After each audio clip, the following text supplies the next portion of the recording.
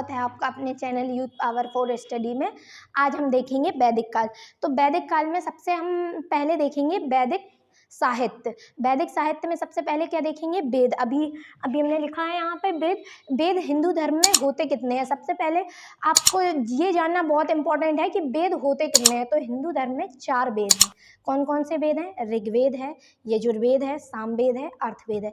तो हम एक एक करके इनकी विशेषताओं को देखेंगे। सबसे पहले देखेंगे ऋग्वेद। तो अभी हम देखेंगे ऋग्वेद। ऋग्वेद में कितने मंडल हैं? ऋग्वेद में मंडल है टोटल 10 मंडल हैं। लेकिन हमारे लिए इंपॉर्टेंट कौन कौन से हैं? हमारे लिए तीसरा मंडल बहुत इंपॉर्टेंट हो जाता है, क्योंकि कभी कभी प्रश्न पूछ देता है कि गायत्री मंत्र का वर्णन किस मंडल में है। तो किस मंडल में है? तीसरे मंडल में। ऋग्वेद के तीसरे मंडल में गायत्री मंत्र का उल्लेख है। गायत्री मंत्र क्या होता है? आप लोगों ने सुना होगा, ओम भूर्भुवः तत्सवितुर्वरेण्यम करके मंत्र है जो, वो है गायत्री मंत्र। ठीक है।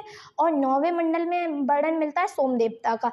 ऋग्वैदिक काल में सोम देवता जो थे वो बहुत ही इंपॉर्टेंट देवता माने जाते हैं, और 9वें मंडल में इनका वर्णन मिलता है। और 10वां मंडल इसलिए इम्पोर्टेंट है क्योंकि इसमें वर्ण व्यवस्था का वर्णन मिलता है। सबसे पहले वर्ण व्यवस्था का वर्णन जो है हमें ऋग्वेद में ही देखने को मिलता है। कौन से मंडल में? 10वें मंडल में। वर्ण व्यवस्था आपको पता ही होगी कि प्राचीन काल से ही चला आ रहा है। ये ऋग्वेद काल से ही चला आ रहा है, और अभी तक हम लोग देखते आ रहे हैं कि कितने वर्ण हैं। ब्राह्मण है, क्षत्रिय है, वैश्य हैं और शूद्र हैं। पहले ऋग्वेद काल में क्या होता था? काम के आधार पर, यानी कर्म के आधार पे इनको डिवाइड किया जाता था कि जो लोग मतलब यज्ञ वगैरह करवाते हैं उन्हें ब्राह्मण कहते हैं, और जो क्षत्रिय हैं वो युद्ध वगैरह जो लड़ते हैं वो क्षत्रिय हो जाएंगे। वैश्य जो व्यापारी वर्ग था वो वैश्य हो जाएगा। और शूद्र कौन थे? तथाकथित शूद्र। किसी को शूद्र कहने का हमें अधिकार नहीं है। तथाकथित शूद्र क्यों कहेंगे?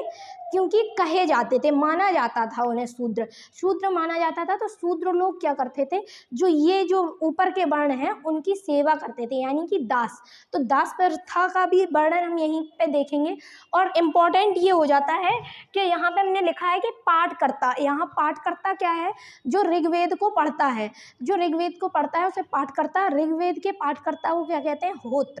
होत्र या होता कहेंगे। और इसका उपवेद कौन सा है? तो इसका उपवेद है आयुर्वेद। कभी कभी वनडे एग्जाम में या पीसीएस में भी पूछ देता है कि ऋग्वेद के उपवेद का क्या नाम है। ऑप्शन दे देगा 4 के, ऋग्वेद में ये है। तो आपको क्या सही टिक करना है? आयुर्वेद ऋग्वेद का क्या है? उपवेद है। ठीक है। अब हम देखेंगे यजुर्वेद में क्या है?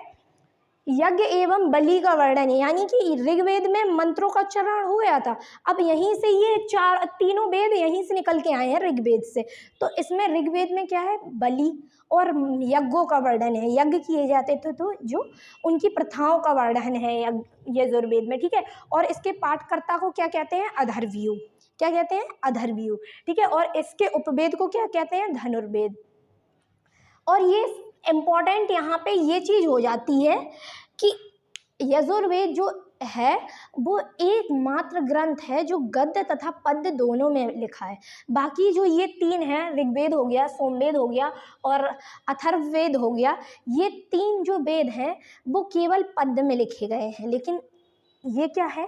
ये गद्य और पद्य दोनों में लिखा गया है। इनके 2 पार्ट हैं यजुर्वेद के, शुक्ल यजुर्वेद और कृष्ण यजुर्वेद।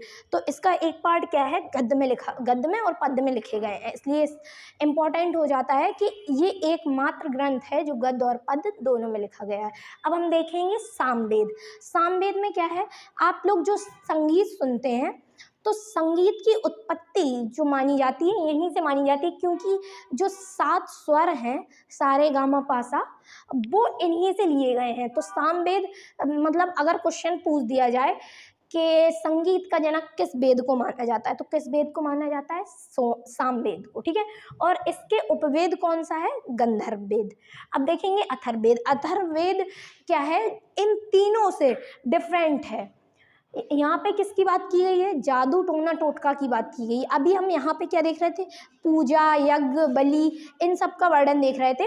बट अथर्ववेद में क्या है? जादू टोना टोटका का वर्णन मिला है। और इसके उपवेद को क्या कहते हैं? शिल्पवेद। शिल्पकारी आप लोग जानते ही होंगे, जैसे कि मटके बनाने की जो प्रक्रिया वगैरह थी, मृदभांड बनाने की, तो वही थी शिल्पकारी। तो इसके उपवेद को क्या कहते हैं? शिल्पवेद कहते हैं। अभी हमने ऋग्वेद के बारे में पढ़ा था कि 10 मंडल हैं, तो ऋग्वेद के बारे में एक इम्पॉर्टेंट जानकारी देना चाहूँगी आपको कि ऋग्वेद के जो मंडल हैं उसमें से 2 से 8 तक के मंडल जो हैं उनकी रचना पहले ही कर दी गई थी, लेकिन जो पहला मंडल, 9वां मंडल और 10वां मंडल है उसकी रचना बाद में की गई। तो यानी कि पहला मंडल, 9वां मंडल और 10वां मंडल जो है वो परवर्ती काल का मंडल माना जाता है। तो यहाँ पे मैंने आपके लिए एक क्वेश्चन रखा है कि निम्नलिखित में से कौन से मंडल परवर्ती काल के हैं?